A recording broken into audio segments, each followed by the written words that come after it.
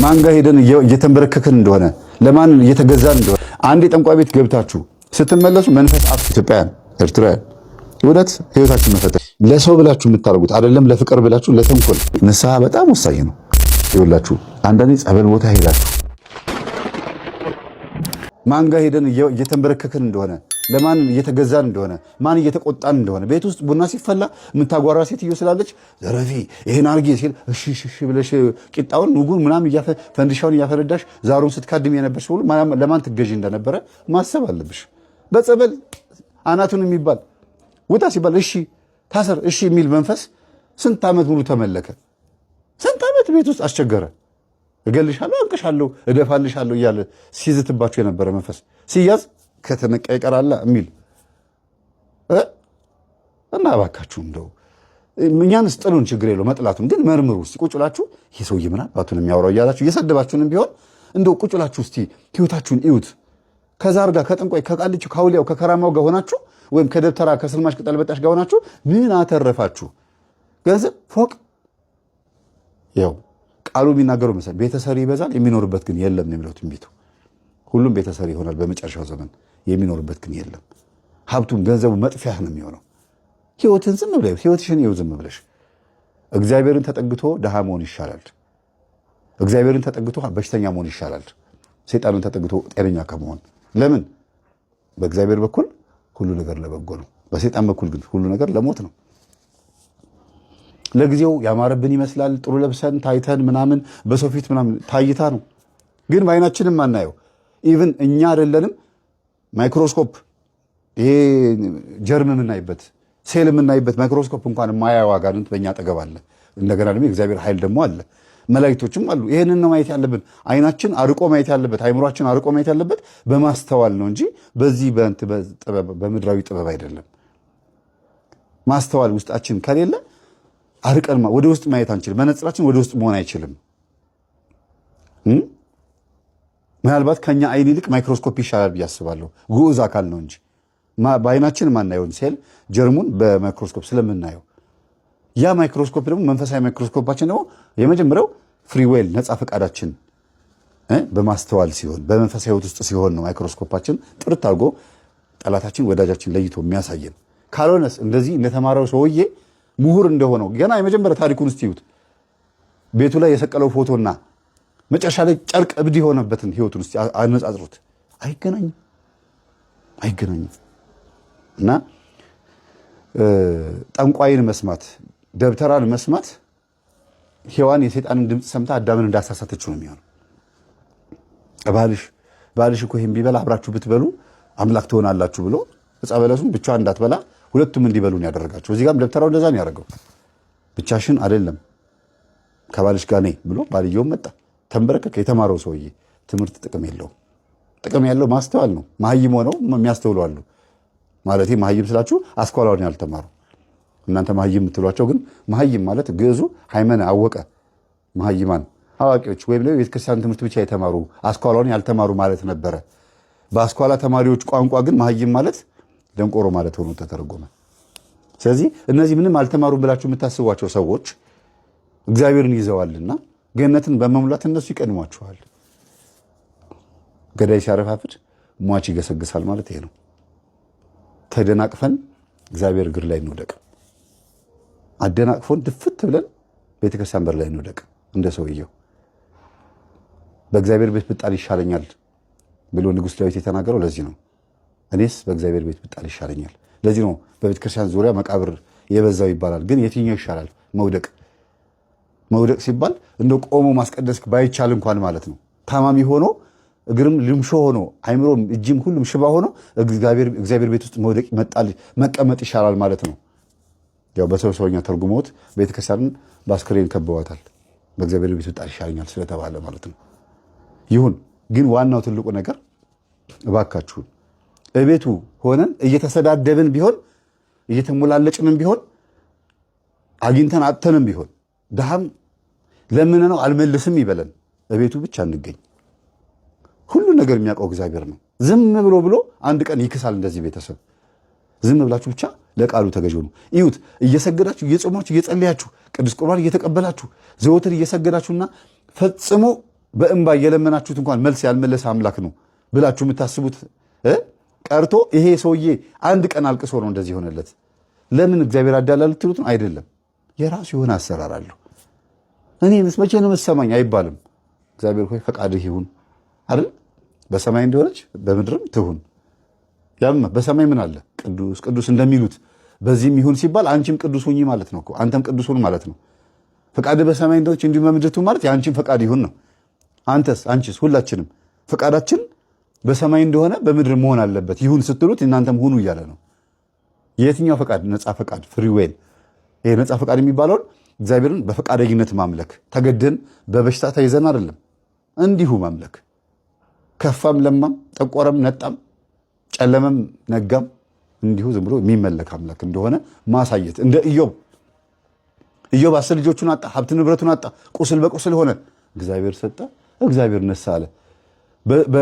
በሀብት ውስጥ ብቻ በስኬትና በጸጋ ውስጥ ብቻ ሳይሆን በድህነት በመጎሳቆል ውስጥም የሚመለክ አምላክ እንደሆነ ኢዮብ ትልቁ ምሳሌያችን ነው።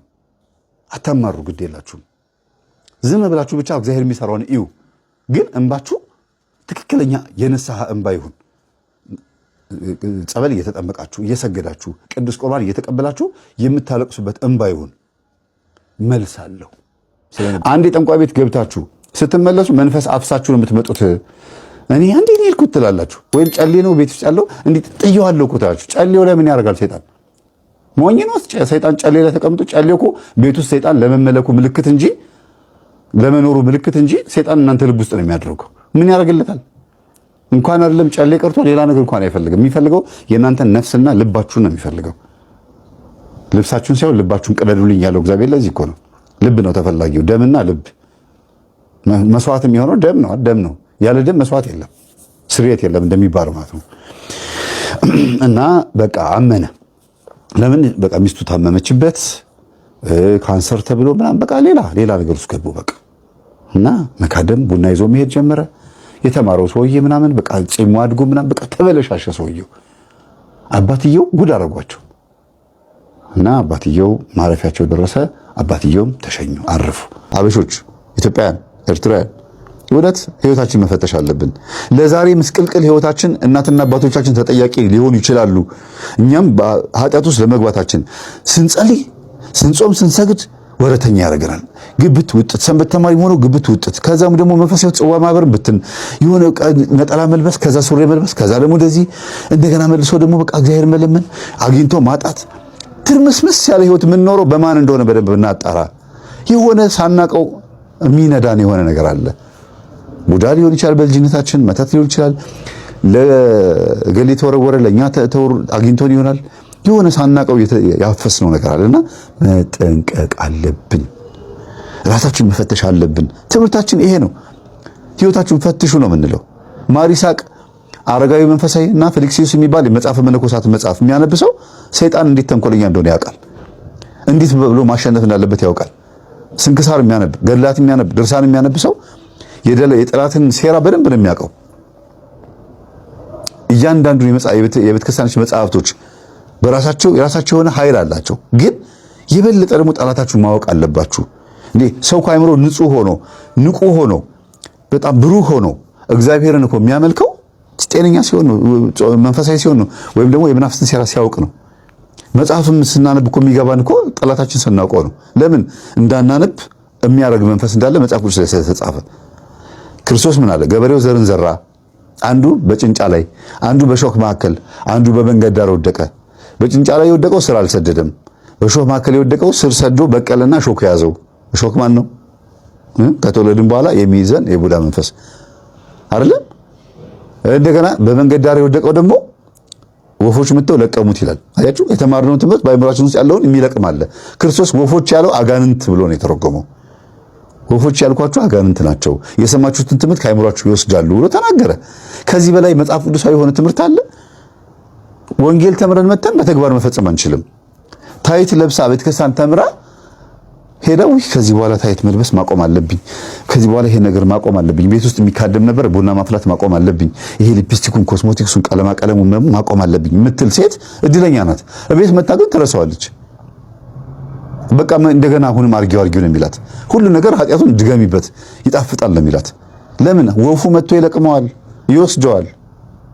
ለዚህ ነው ይሄንን ወፍ እንዴት አድርገን መያዝ እንዳለብን ነው ያስተማረን ክርስቶስ። ግቡን አዳምጡት፣ አንብቡት መጽሐፍ ቅዱስን እንዴት ወፉን እንደምንይዘው ንቁበት፣ ወቁበት፣ አጋልጡት፣ ግለጡበት ነው የሚለው። የማይገለጥ የተከደነ የማይታይ የተሰወረ ወደ ግልጥ የማይመጣ የለም፣ ሁሉ ነገር ግልጥ ይሆናል ነው ያለው ክርስቶስ።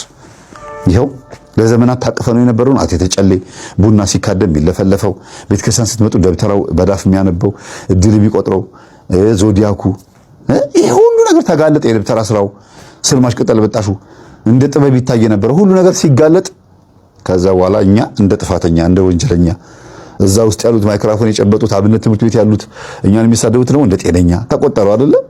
ሁሉ ነገር ጊዜ አለው፣ በጊዜው ይፈታል። ይሄን የሚቃወምልን ጳጳስ ፓትርያርክ ይመጣል፣ እኛን የሚያግዘን አባቶች ይመጣሉ። በህይወት እስካልን ቢያሳየን ደስ ይለኛል። ከሌለስ በዘመናት ሂደት ደግሞ ህዝቡ ነቅቶ ከነዚህ አባቶች የሚጠበቅበት ጊዜ ደግሞ ይቀጥላል ማለት ነው።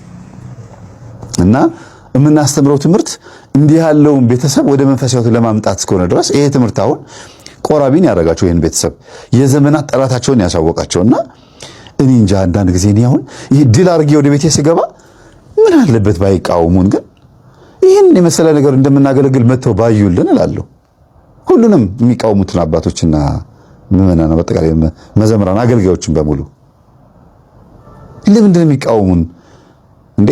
ተይዘው ነው። በእርግጥ ግን ሰው እኮ እየበላ እየጠጣ እየለበሰ ስራ እየሰራ ደሞዝ እየተቀበለ ነው። ማስተዋል እኮ ይችላሉ፣ ቢያንስ መራመድ ይችላሉ። ቢያንስ እኮ ማንበብ የሚችሉ ሰዎች ናቸው። ኳስ አይተው ይደሰታሉ፣ ድራማ አይተው ይስቃሉ አይደል? ሀዘን አይተው ያለቅሳሉ፣ ሰርግ አይተው ይደሰታሉ።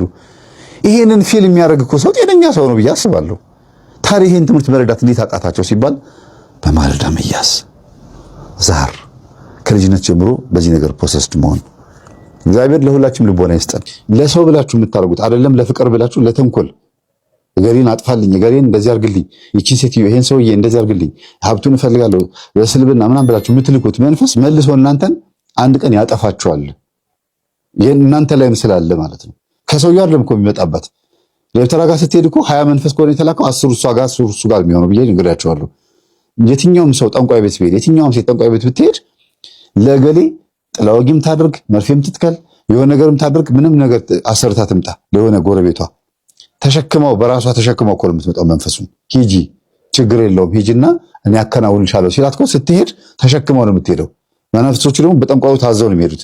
ሴትዮዋ ወደ ቤቷ እንደሄደች ግማሾቻችሁ የተባላችሁበት ቤት፣ ግማሾቻችሁ ደግሞ እሷ ጋር ተቀመጡ፣ ጉዳዩን ፈጽሙት ነው የሚባለው። ሁለቱም ጋር ካልሆነ ጉዳዩ እንዴት ይፈጽማል አይደል? ስልክ ምን ደውለው በእኔ ስልክና በእናንተ ስልክ ነው አይደል? እናንተ ስልክ ሳይኖራችሁ እኔ መደወል ይችላል ወይም እኔ ስልክ ሳይኖረኝ እናንተ መደወል ትችላላችሁ? አይቻልም። ሁለታችሁም ስልክ ሊኖረን ይገባል። መናፍስትም ልክ እንደዛ ናቸው። ሴትዮዋን እንዲያርግልኝ ተብሎ ሲላክ ሴትዮዋ ጋር ሄደው ገብተው ሁሉም ገብተው አይደለም ጉዳይ የሚያስፈጽሙት። ግማሾቹ እዚህ ሆነው ጉዳይ አስፈጻሚዎችና አስፈጻሚዎቹ ይናበባሉ። ያኛው ጉዳይ ሲፈጸም እቺ እንድታይ ደግሞ ያደርጓታል። እሰይ ታባቷ ገደልኩላት፣ ሬሷን አወጣሁ ከቤት ውስጥ ተጫወትኩባት፣ ልጆቿን እንደዚህ ያደረኩኝ፣ ባሏን እንዲያርኩኝ፣ ሚስቱን እንደዚህ ያደረኩኝ እያሉ ነው እንዲያዩ የሚያደርጋቸው። ለምን ቀሪው ስላለ ማለት ነው። ንስሐ በጣም ወሳኝ ነው። ንስሐ ስትገቡ ቅልል የሚላችሁ እኮ የኃጢአተኝነት ስሜት ሳይኖር ቀርቶ አይደለም። እግዚአብሔር ምሮኛል፣ ይቅር ብሎኛል፣ ትን ቢለኝም ጥይት ቢመታኝም መኪና ቢገለበጥም የሆነ ነገር ሆኜ ብሞትም ገነት ገቢ ነኝ የሚለው ኮንፊደንሳችሁ ስለሚጨምር ነው። ስለዚህ ንስሐ ግቡ የሚባለው ሰላም እንድታገኙ ነው። ንስሐ መግባት ከሚጠቅማቸው ጥቅሞች 3 ጥቅሞች ውስጥ አንዱ ሰላም ይሰጣል። ሁለተኛው ኃጢአታችሁ ይሰራል። ሶስተኛው ገነት መንግስተ ሰማያት ትገባላችሁ። ስለዚህ ንስሐ በጣም ወሳኝ ነገር ነው። ይኸውላችሁ አንዳንዴ ጸበል ቦታ ሄዳችሁ ልትጠመቁ ብላችሁ መንፈስ ካልጮኸ ምን አርጉን ያልኳችሁ፣ ቤት ሆነ ወይ ቢሮ ወይ ደግሞ ስራ ቦታ ወይ ደግሞ የሆነ ቦታ ላይ ሆነ ተደብቀህ እኔ ተጠብቄ እስከመጣ ከኔ ተነጥለህ የምትቀመጥ ታስር በስላሴ ስም ከኔ እንዳትወጣ። ጸበል ቦታ ሄጄ ስጠመቅ ትታሰራለህ። ከኔ ወጥተህ እንዳትደበቅ የትም ቦታ እኔው ጋር አብረኸኝ ሂድና ጸበል ተጠመቅ፣ ትታሰራለህ። እሰግዳለሁ፣ አብረህ ትሰግዳለህ። ስግደቴ እሳት ይሁንብህ፣ ለኔ የክብር ይሁንልኝ አይደል? ቅዱስ ቁርባን እቀበላለሁ፣ ስቀበል አብረኝ ትቀበላለህ። ለኔ ህይወት ይሁንልኝ፣ ለአንተ ደግሞ እሳት ይሁንብህ እያላችሁ ነው መቀበል ያለባችሁ።